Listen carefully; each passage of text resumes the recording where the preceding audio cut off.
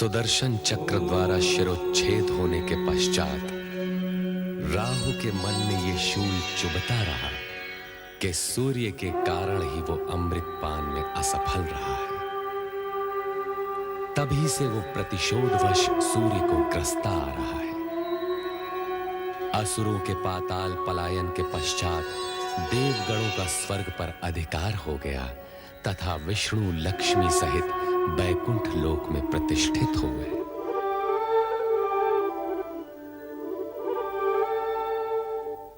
हे जगदीश्वर श्री हरि, आपको पति के रूप में पाकर मैं धन्य हो गई। अब मेरे लिए क्या आज्ञा है स्वामी? हे महालक्ष्मी, तुम्हें समीप पाकर हम पूर्ण हुए। लक्ष्मी और नारायण को एक साथ देखने के लिए हमारे सारे भक्त लालायित हैं। मैं भी तो समुद्र के जल से आपके चरणों में आने की प्रतीक्षा कर रही थी स्वामी। इतने लंबे समय तक मुझे अपने से दूर क्यों रखा भला? हे महालक्ष्मी, हर कार्य पूर्व निर्धारित समय पर ही होता है। भगवान शिव की इच्छा अनुसार समुद्र मंथन जब होना था तब ही हुआ और हमें तुम प्राप्त हुई। नारायण नारायण। वैकुंठ में लक्ष्मी नारायण के प्रथम दर्शन करके आंखें धन्य हो गई। प्रणाम जगदीश्वर, प्रणाम माते। ये सृजनकर्ता ब्रह्मा जी के मानस पुत्र नारद है महादेवी, जो सारी सृष्टि में भ्रमण करते हुए भगवत भक्ति का प्रचार करते हैं। और अब मैं लक्ष्मी नारायण की भक्ति का प्रचार करूंगा। माता लक्ष्मी, आप तो धन वैभव की देवी हैं। आपके भक्तगण आपकी आराधना के बिना धन धान्य और वैभव कैसे प्राप्त कर सकते हैं? नारद जी, हमारी इतनी प्रशंसा न कीजिए, कहीं हमें अभिमान हो गया तो? नारायण नारायण। जो स्वयं भगवान श्री हरि के चरणों में विराजमान हो, उसे तो अभिमान छू भी नहीं सकता माते। महादेवी, कितने चतुर हैं हमारे परम भक्त देव ऋषि। आपको अभिमान न हो, इसका प्रबंध इन्होंने अभी से ही कर दिया। ऐसा कहकर आप मुझे लज्जित न कीजिए प्रभु। मैं तो माता लक्ष्मी के चरणों की रज के समान हूँ। धन्य हो नारद। अब यह बताओ, तुम्हारे आने का प्रयोजन क्या है? प्रभु, आप मुझे प्रयोजन पूछकर लज्जित न कीजिए। माता लक्ष्मी समुद्र मंथन के बाद प्रथम वैकुंठ पधारी हैं। आप दोनों के एक साथ दर्शन करने हेतु चला आया। नारद, आपको तो ज्ञात है कि हमसे किसी की भी मन की बात छुपी नहीं रहती।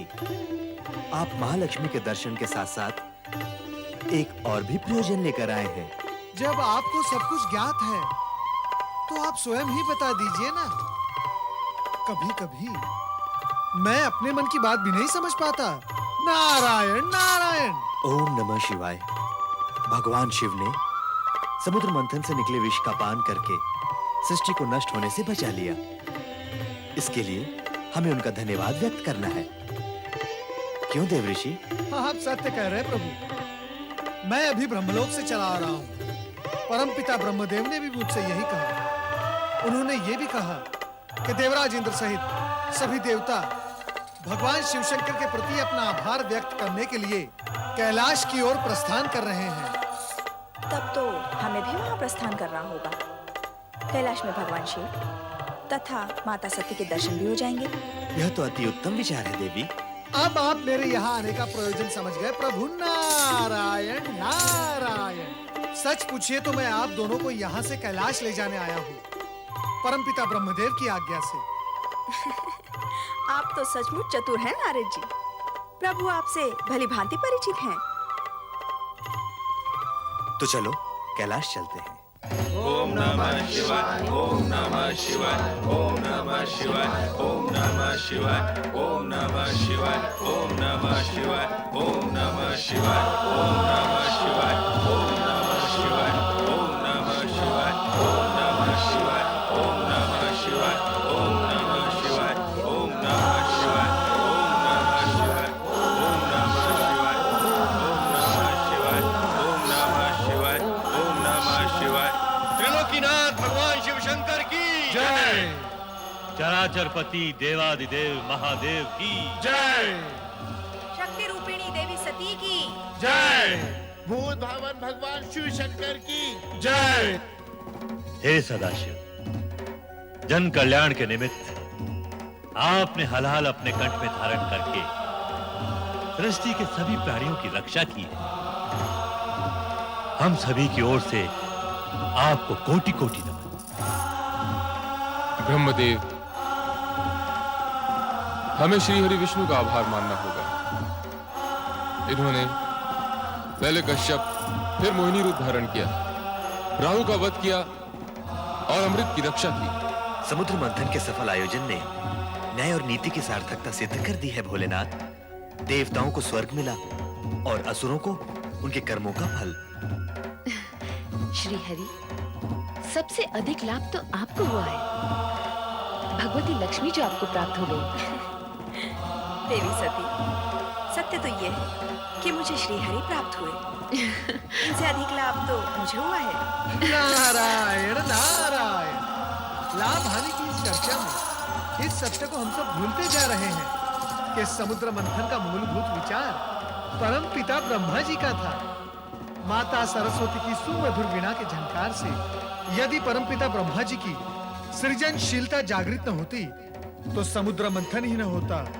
बस नारद, बस अपनी मति की गति को मंद करो और विचार करो कि ब्रह्मदेव की प्रेरणा और श्री हरि विष्णु के सहयोग के उपरांत भी हलाहल विष के लिए समुचित निराकरण न निकलता तो समुद्र मंथन का प्रयोजन, उद्देश्य और समुद्र से प्राप्त अन्य रत्नों की क्या गति हुई होती?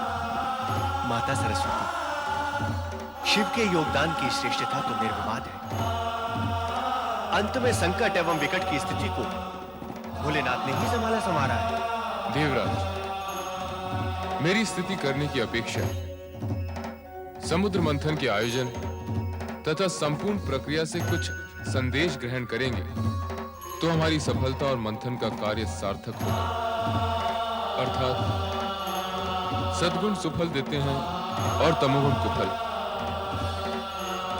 असुरों ने शक्ति, सुविधा और साधन संपन्न होते हुए भी पराजय का मुंह देखा तथा देवगण विजयी हुए। भविष्य में सचेत व सावधान रहने की आवश्यकता है देवराज।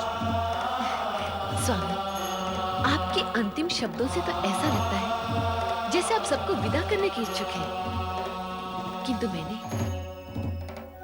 ना तो भगवती लक्ष्मी को दृष्टि भरकर देखा है और ना ही देवी सरस्वती से कुछ चर्चा की है। नारायण नारायण। चर्चा? जब दो देवियां चर्चा करती हैं तो धरती में कंपन होने लगता है। यहाँ तो तीन तीन देवियां चर्चा करेंगी। नारायण नारायण। नारद, माता, अपनी वाणी पर विराम लगाओ। माता, यदि मैं अपनी वाणी पर विराम लगा दूंगा तो श्री हरि का जाप कैसे करूंगा? नारायण नारायण। देवर्षि, अब केवल नारायण के जाप से कार्य पूर्ण नहीं होगा, अब तो नारायणी का जाप भी करना होगा। नारायणी तो नारायण में समाई हुई है माता। क्यों माता लक्ष्मी, सत्य है ना? समुद्र मंथन की सफलता के लिए भगवान शंकर का आभार व्यक्त करने के लिए सभी देवगण कैलाश पर उपस्थित हुए। नीलकंठ भगवान शिव के हर कार्य में जगत का कल्याण ही निहित होता है और सृष्टिकर्ता के जगत में दक्ष प्रजापति की 27 कन्याएं अपने हित के निहित पूजा अर्चना पश्चात महल में प्रवेश करती हैं। आनंद आया।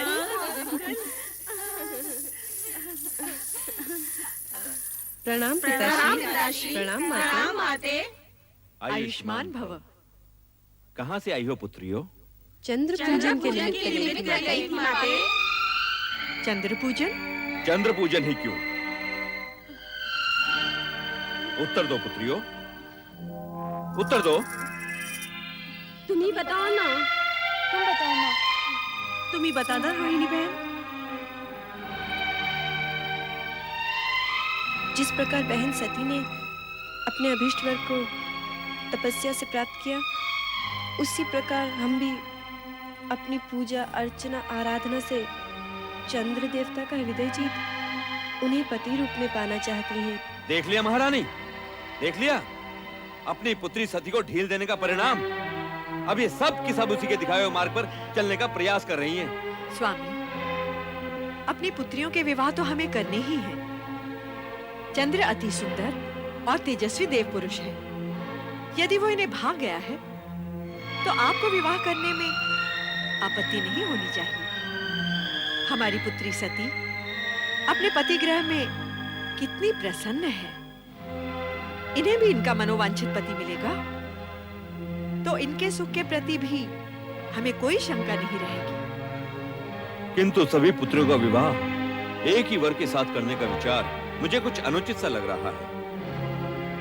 तुम किसी एक कन्या के विषय में कहो तो मैं चंद्र के माता पिता अत्रि और अनुसुईया के सम्मुख इसी क्षण विवाह का प्रस्ताव रखने को प्रस्तुत हूँ। पिता का कहना उचित है पुत्रियों। तुम में से किसी एक का विवाह ही चंद्र के साथ हो सकता है। किंतु हम सभी नक्षत्र कन्याएं हैं माते। हमारा जीवन चंद्र से जुड़ चुका है। हम में से कोई भी चंद्रदेव के बिना जीवित नहीं रह सकेगी। हम सबकी यही दशा है। ठीक है, मैं अत्रि आश्रम जाकर विवाह प्रस्ताव प्रस्तुत करता हूँ। आपके प्रस्ताव ने हमें धन्य कर दिया राजन। महिमाशाली राजा दक्ष प्रजापति की 27 पुत्रियां हमारे पुत्रवध में बनकर इस आश्रम की शोभा बढ़ाएंगी। ये हमारे लिए हर्ष और गौरव की बात है। गौरव तो आपने हमारा बढ़ाया ऋषिवर अत्रि जी।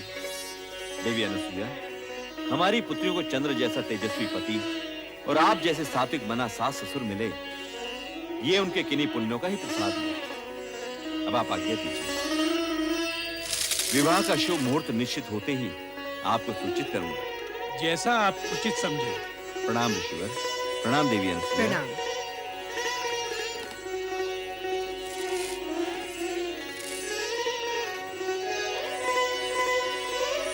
27 नक्षत्र कन्याओं के आगमन से यह आश्रम जगमगा उठेगा। आश्रम ही नहीं, आकाश से स्थित चंद्र महल भी।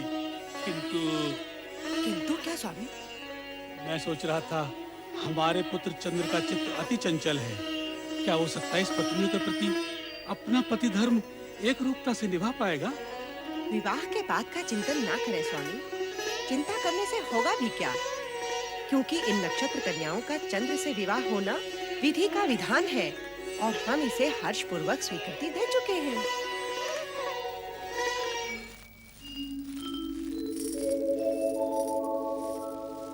रूपोद्यान प्रफुल्ल प्राय कलिका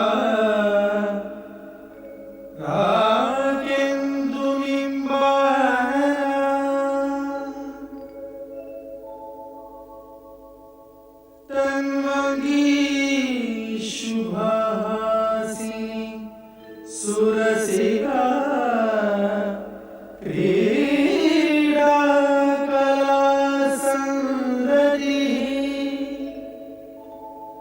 शोभा वारिधि सूर्यमयी लावण्य लीलामयी शंछाया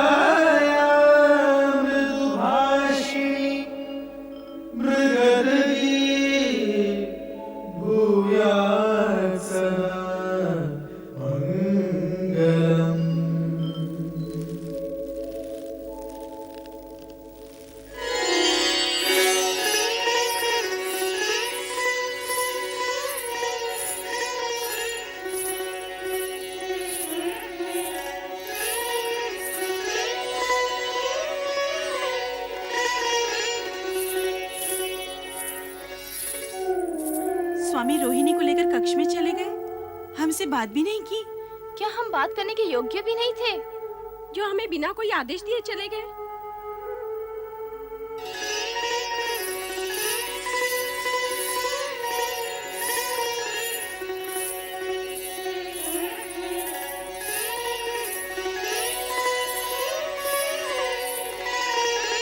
ये क्या पीड़ी?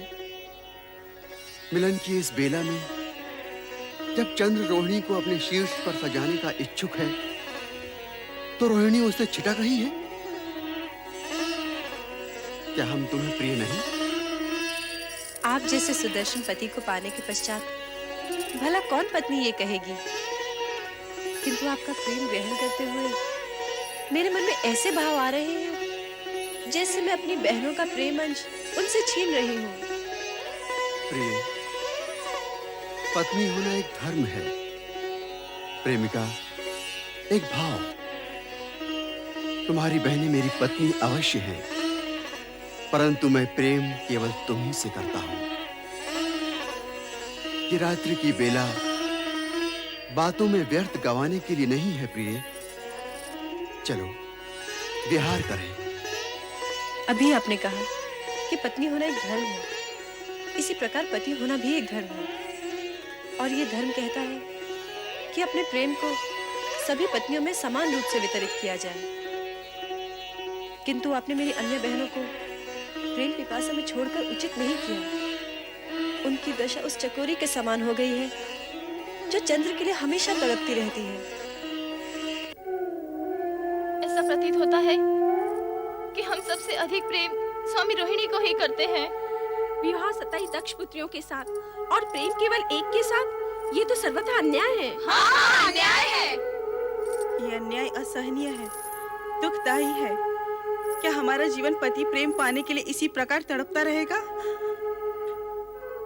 नहीं, पति प्रेम पाने के लिए हमें कोई न कोई उपाय करना ही होगा, प्रयत्न करना ही होगा कि हम स्वामी के प्रेम पात्र बने, प्रेम पात्र अवश्य बने। तभी से तुम्हें प्राप्त करने की कामना में दग्ध हो रहा हूँ।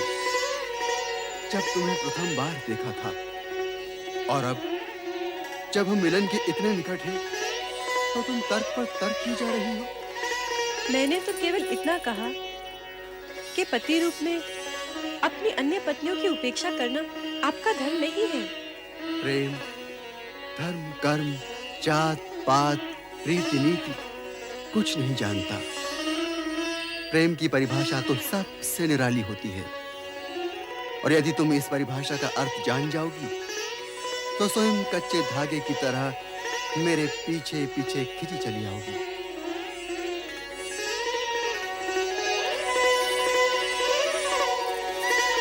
चंद्रदेव द्वारा अपनी अन्य पत्नियों से विमुखता और एकमात्र रोहिणी में आसक्ति एक प्रकार से कर्तव्य पर भावना की विजय है। चंद्रदेव पति पत्नी के संबंधों की पवित्रता व धर्म को भूल गए। संभवतः ये भी भगवान शिव की असीमित लीला का ही परिणाम हो, पर ऐसी विजय की सराहना कदापि नहीं होती जिसमें भावना कर्तव्य से श्रेष्ठ हो जाए। ओम नमः शिवाय।